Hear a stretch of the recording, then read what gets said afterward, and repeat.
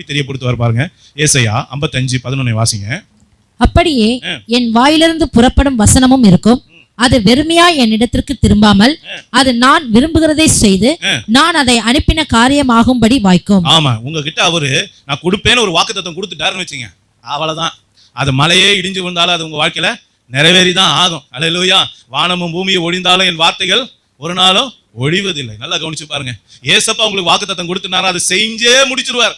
நான் உன்னை விடுதலையாக்குவேன் சொல்லிட்டாருன்னா நிச்சயமா விடுதலையாக்குவார். உன்னை ஆசீர்வதிப்பேன் சொல்லிட்டாருன்னா உன்னை நிச்சயம் ஆசீர்வதிப்பாரு. உன் தேவையை நான் சந்திப்பேன், உன் கடனை நான் அடைப்பேன், உன் வியாதியிலிருந்து உனக்கு விடுதலை கொடுப்பேன், உன் பிள்ளைகள் என்னால போதிக்கப்பட்டு இருப்பாங்க, நான் உன்னை ஆசீர்வதிக்குவேன், ஆசீர்வதித்து உன்னை பெருக பண்ணுவேன். இப்படி என்னென்ன வார்த்தைகள் எல்லாம் கர்த்தர் உங்களுக்கு கொடுத்திருக்கிறாரோ, கொடுத்துட்டாருனாலே அந்த வார்த்தை என்ன பண்ண போகுது, சீக்கிரமா நம்ம வாழ்க்கையில நிறைவேற போகுது. அப்ப அவர் சித்தமான வார்த்தை கேட்டு முதல்ல வாங்குங்க. எத்தனை பேர் காலில் போய் ஏசப்பா வார்த்தை கொடுங்க வார்த்தை கொடுங்க கேட்குறோம். யோசிச்சு பாருங்க. அதிகாலையில தேவனை தேடுறவன் என்ன பண்ணுவான், மண்ணாவை பொறுக்கிக் கொள்வான். அவனுக்கு, அவன் புருஷனுக்கு, அவன் பொண்டாட்டிக்கு, அவன் பிள்ளைக்கு, அவன் குடும்பத்துக்கு தேவையான ஆண்டவருடைய வார்த்தையை பெற்றுக்கொள்வான். பாத்திரத்தில் எடுத்துட்டு போவான் சந்தோஷமா.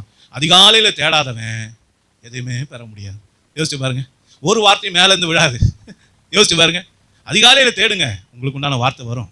உங்களை ஆசீர்வதிக்கிற வார்த்தை வெளிப்படும். அது வெளிப்படுற நேரத்தில் நீங்க போய் நிக்கணும் ரெடியா. நல்லா கவனிச்சு பாருங்க. ஆண்டவர் எப்போ கொடுப்பாரா, அதிகாலையில பொடிய பண்ணுவார். நீங்க அதிகாலையில இருந்து ஜெபிக்கிறீங்களா உங்க பிரச்சனைக்காக? யோசிச்சு பாருங்க. நீங்க ஜெபிச்சு பாருங்களேன், அதுக்கு வார்த்தை கர்த்தர் கொடுத்துருவார், வாக்குத்தத்தம் கொடுத்துட்டாருன்னா அதுக்கப்புறம் அது அவருடைய பிரச்சனையாகி போச்சு. அவர் உங்களை ஆசீர்வதிக்கணும்னு சொல்லிட்டாருன்னு வச்சுங்க, ஐயோ என் பிள்ளை ஆசீர்வதிக்கணும் ஓயாம என்ன கேட்டுக்கிட்டே இருப்பானே. யோசிச்சு பாருங்க. நீங்க கதவை தட்டிக்கிட்டே ஒரு ஆள் இருக்கு, எவ்வளவு நேரம் உள்ள இருக்க முடியும்? ஒரு ஆள் காலிங் பிள்ளை அடிச்சுட்டே இருந்தாங்கன்னா போய் திறந்து தானே ஆகணும்.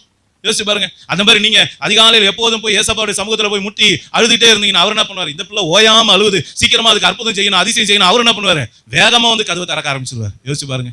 நீங்க தட்டுறீங்களா, தட்டினா தானே திறக்கப்படும். அதனாலதான் வசனம், கேளுங்கள் கொடுக்கப்படும், தேடுங்கள் கண்டடைவு, தட்டுங்கள் அப்பொழுது திறக்கப்படும். ஏன் சொன்னார் தெரியுதுங்களா? நீ தட்டினா உங்களுக்கு கிடைக்கும், நீ கர்த்தரை தேடினா கிடைக்கும். அல்லேலூயா. நம்ம எல்லாரும் எழுந்திருப்போமா? இன்னைக்கு நாம செய்வதெல்லாம் வாய்க்கணும்னா நாம 3 காரியத்தை செய்யணும். ஒன்று, நம்ம கர்த்தரை ஒழுங்காக தேடணும். நாம தேடுகிற நாட்களில காரியம் வாய்க்கணும். தேடாமல் இருக்கிற நாட்களில் ஒரு நாளும் நம்மளுடைய காரியம் வாய்க்காது. அதனால இனிமே ஒரு தீர்மானம் பண்ணுங்க, நான் தினந்தோறும் முழுமையாக கர்த்தரை தேட என்னை ஒப்பு கொடுக்குறேன்னு சொல்லி ஆண்டவரை சமூகத்தில் உங்களை ஒப்பு கொடுங்க. 2வது, வேதத்தை நம்ம வாசிக்கணும், தியானம் பண்ணணும், கை கொள்ளணும். வேத வசனம் நம்ம வாயை விட்டு பிரியக்கூடாது. அந்த வேத வசனத்தின்படி நாம் நடக்கணும். அது மாத்திரம் இல்லை, நம்ம துன்மார்களுடைய வழியில் இருக்கக்கூடாது, பாவிகளுடைய வழியில் இருக்கக்கூடாது, பரியாசக்காரருடைய காரியங்கள் நம்முடைய வாழ்க்கையில் இருக்கக்கூடாது. இரவும் பகலும் கர்த்தருடைய வேதத்தில் தியானமாக இருக்கும்போது கர்த்தர் நமக்கு காரியங்களை வாய்க்க செய்கிற தேவனாக இருக்கிறார். 3வது, நம்முடைய வழிகளை கர்த்தருக்கு ஒப்புவித்துட்டு அவரே நம்பி இருக்கும்போது கர்த்தர் தம்முடைய வாக்குத்தத்தத்தினாலே, தம்முடைய சித்தத்தினாலே அதை நமக்கு கொடுத்து நிறைவேற்றுகிற தேவனாய் இருக்கிறார்.